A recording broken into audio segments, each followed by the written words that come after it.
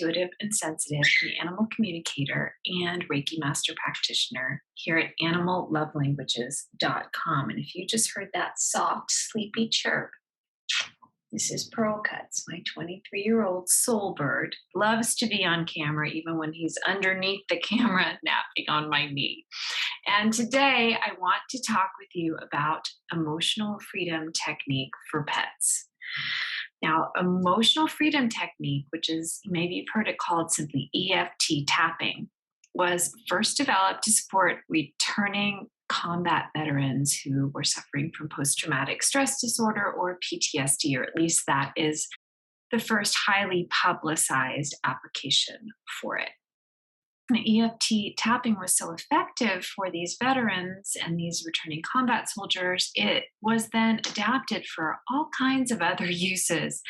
First with humans, and today we also know it works equally well with pets. And this really makes sense if you think about it, because our pets can struggle with exactly the same kinds of strong emotions, negative mental pictures, what we call memories, that we human animals can.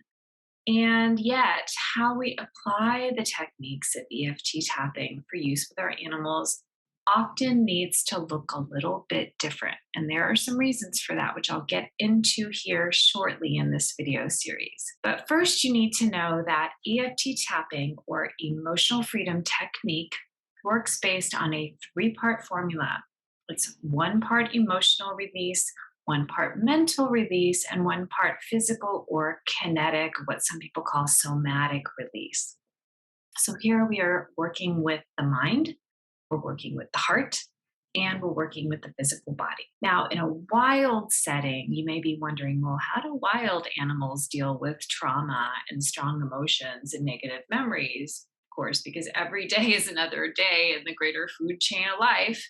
So, however, in a wild setting, animals don't typically need this kind of help moving through the release of their strong emotions, moving through the release of the past, of what happened even a moment before.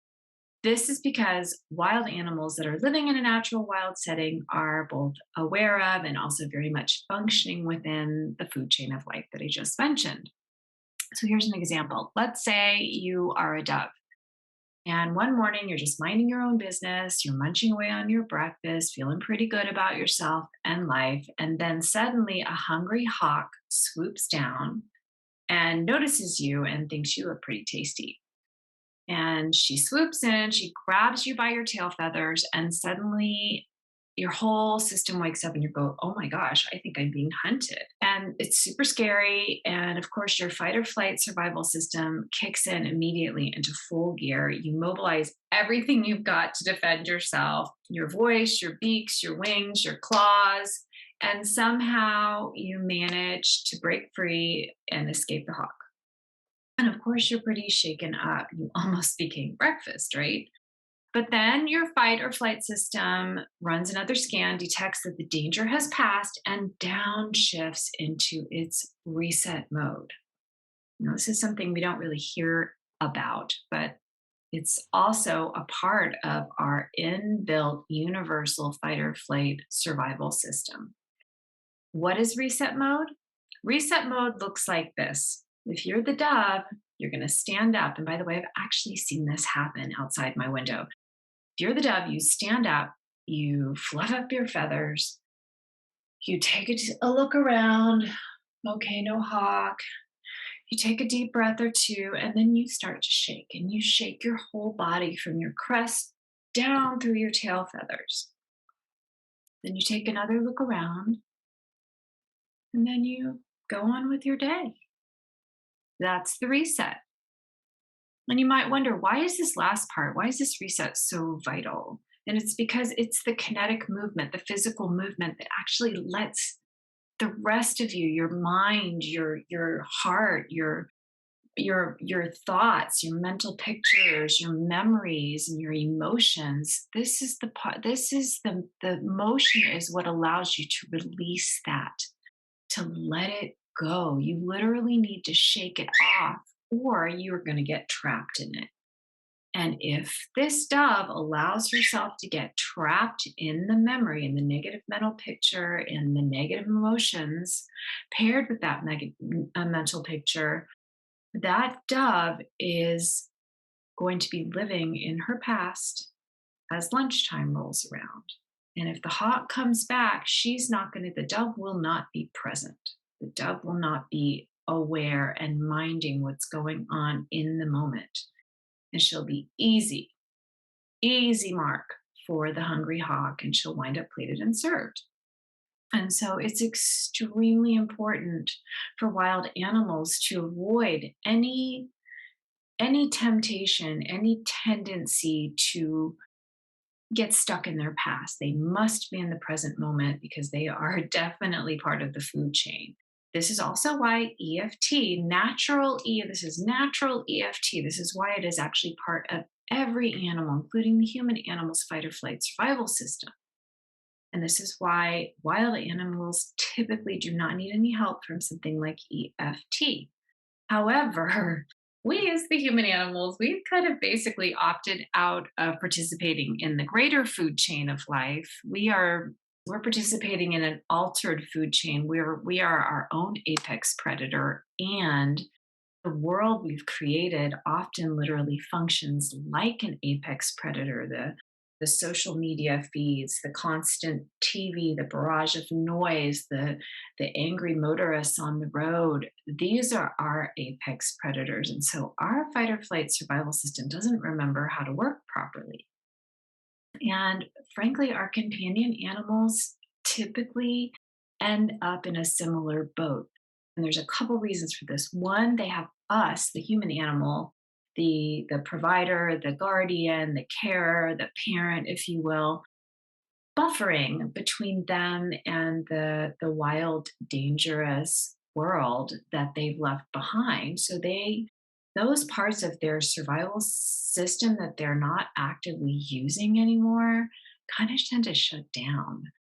The other piece of it that is so easy to forget is that our companion animals, whether they are service animals, commercial animals, or just our companion pet animals, they don't have free agency the way wild animals do to come and go as they please.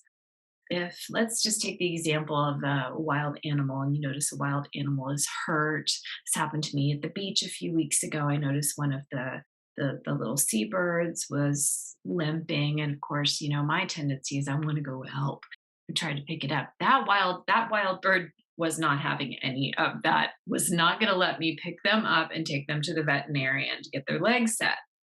So if they don't want to go somewhere or do something, they're not going to do it. So they have total free agency to move about as they please and as feels right to them. But a companion animal, a pet cat, a dog, a parrot, a turtle, if we decide they're going for their vet checkup, they're going for their vet checkup. One way or another, they're getting in the cage and the carrier, they're getting in the car and they're going to the vet, whether they like it or not, whether they want to or not. And that's a very mild example. Many commercial and companion animals and working animal species suffer in many different ways at our hand. And just sometimes being exposed to our species is enough. And one of the most common examples is a pet that has been relinquished maybe one or more times by previous humans and is now carrying the traumatic emotions and the memories from those experiences and really has lost their free agency. They are no longer feeling in control and in charge of their own destiny, even their own daily life often feels completely out of their hands. And this is where we are going to start to see something like, even if that animal ends up in an ideal, maybe they're in your home right now and you're a wonderful pet parent and they've really landed kind of in the lap of luxury in the best possible circumstances, but they've come to you carrying these traumatic memories, these strong emotions, these sequences of prior events, and this diminished sense of capacity of control over and command of their own circumstances. And so maybe we see something like separation anxiety. inappropriate elimination. Maybe there's aggression towards other animals or towards people or even towards the furniture. So many different kinds of behaviors can come out.